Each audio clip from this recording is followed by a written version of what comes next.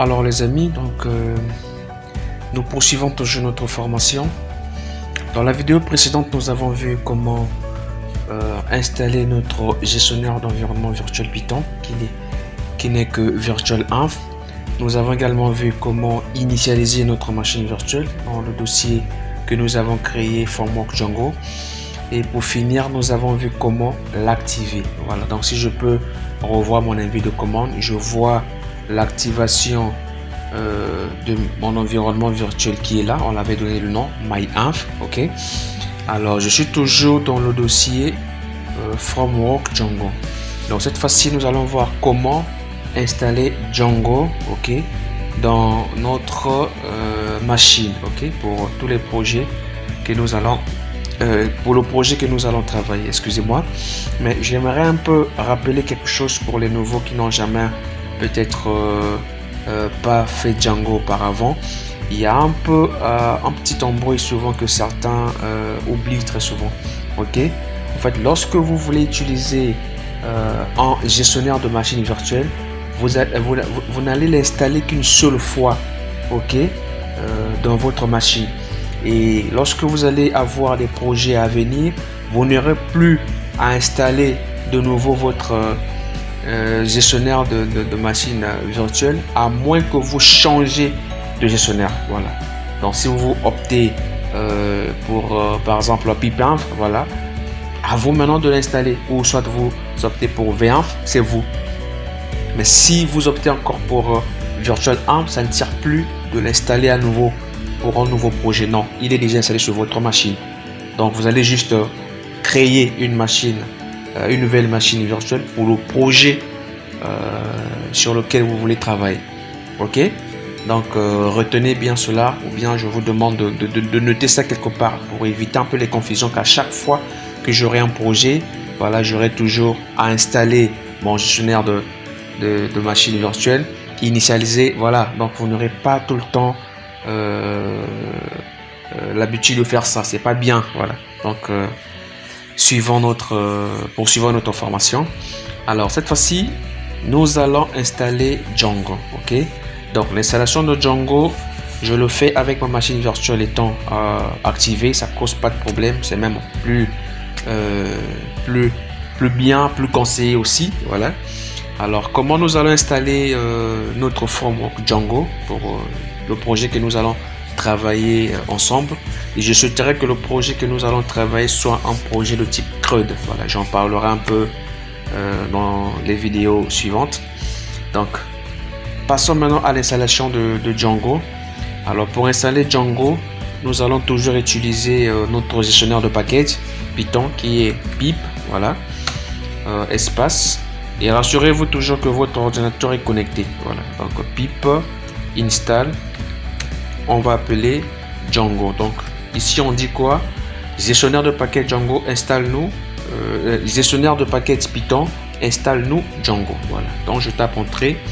Voilà, il va commencer à lancer le téléchargement de Django jusqu'à arriver à l'installation. Voilà, là il me télécharge Django.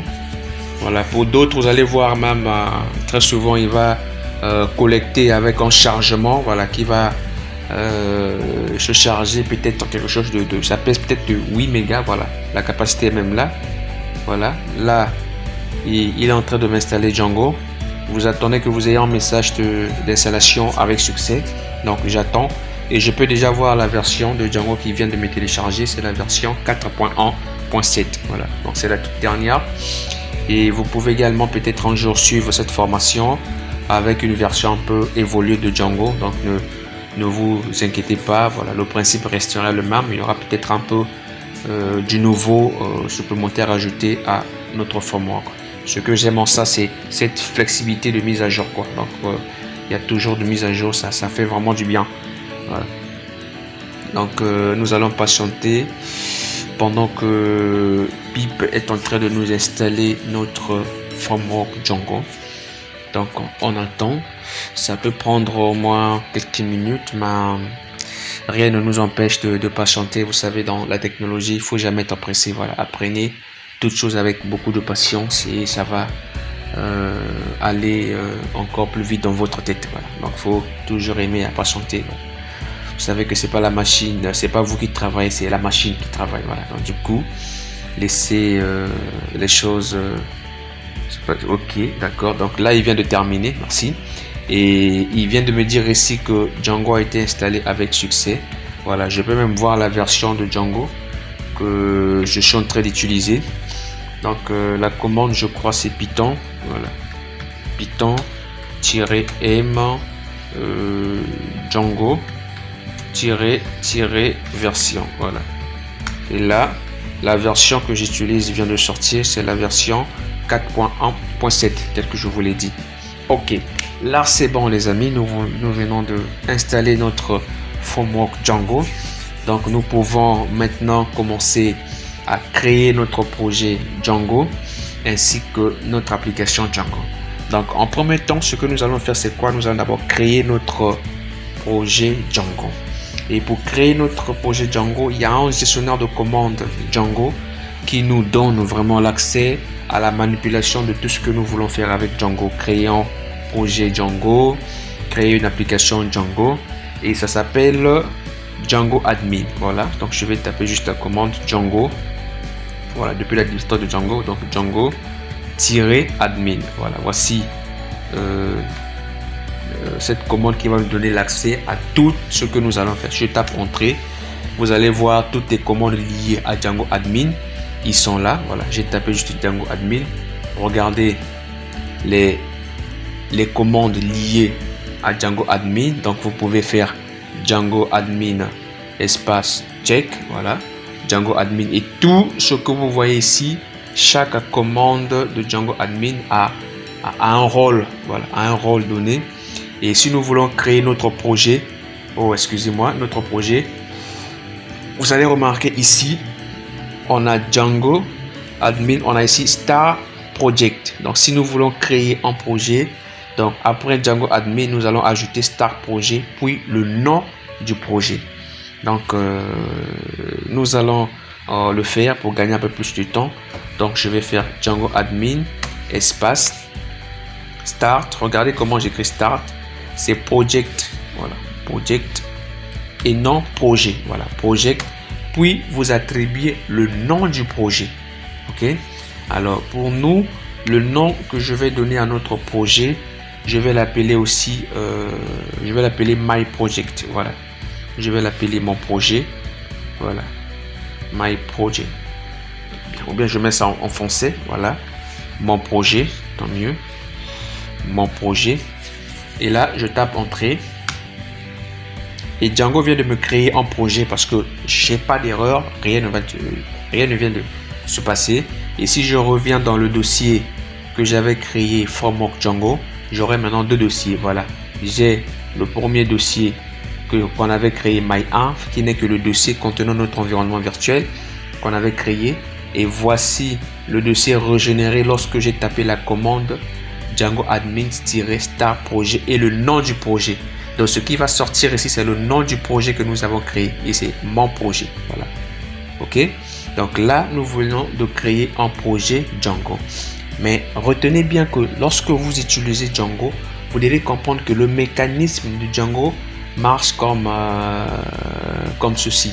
Vous devez savoir que tout projet Django Django le prend comme étant un site internet, ok, et qui aura un ou plusieurs applications. C'est-à-dire que vous n'avez pas la possibilité d'avoir 2-3 projets pour une seule application. Par contre, vous pouvez avoir un seul projet pour un ou plusieurs applications liées à ce projet. Donc, ce même projet peut contenir 1, 2, 3, voire même X applications. Tout dépend des applications que vous voulez utiliser pour ce même projet. Ok? Alors, je continue.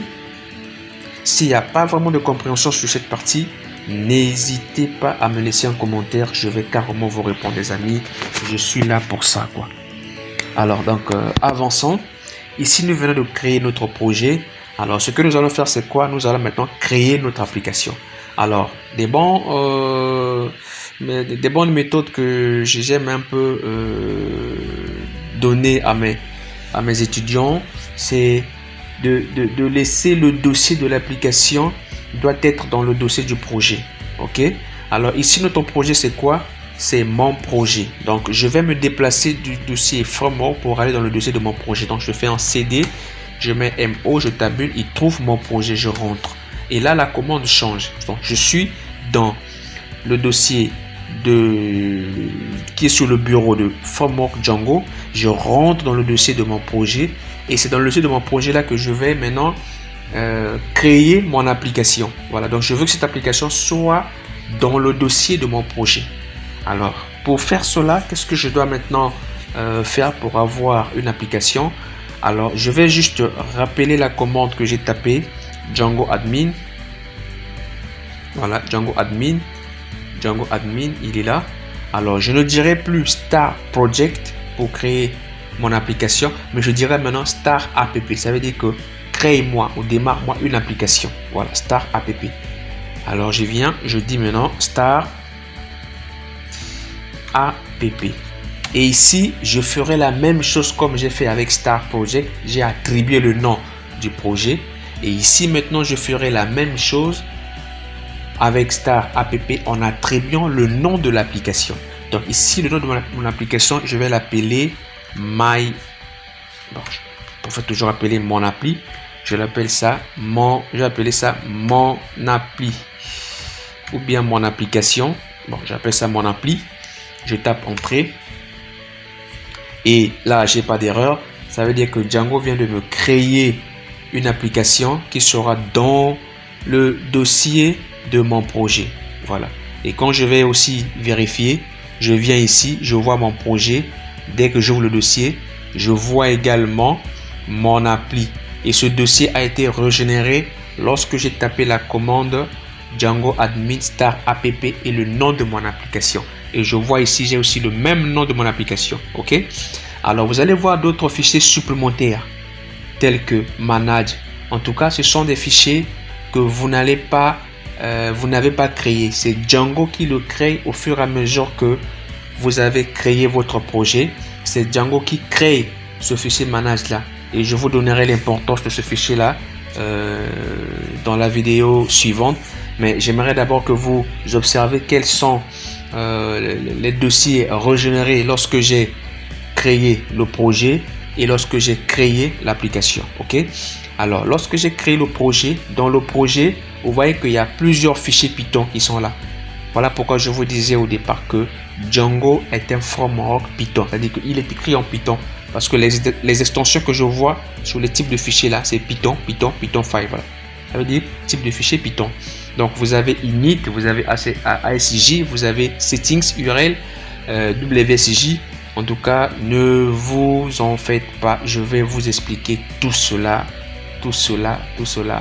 dans notre formation.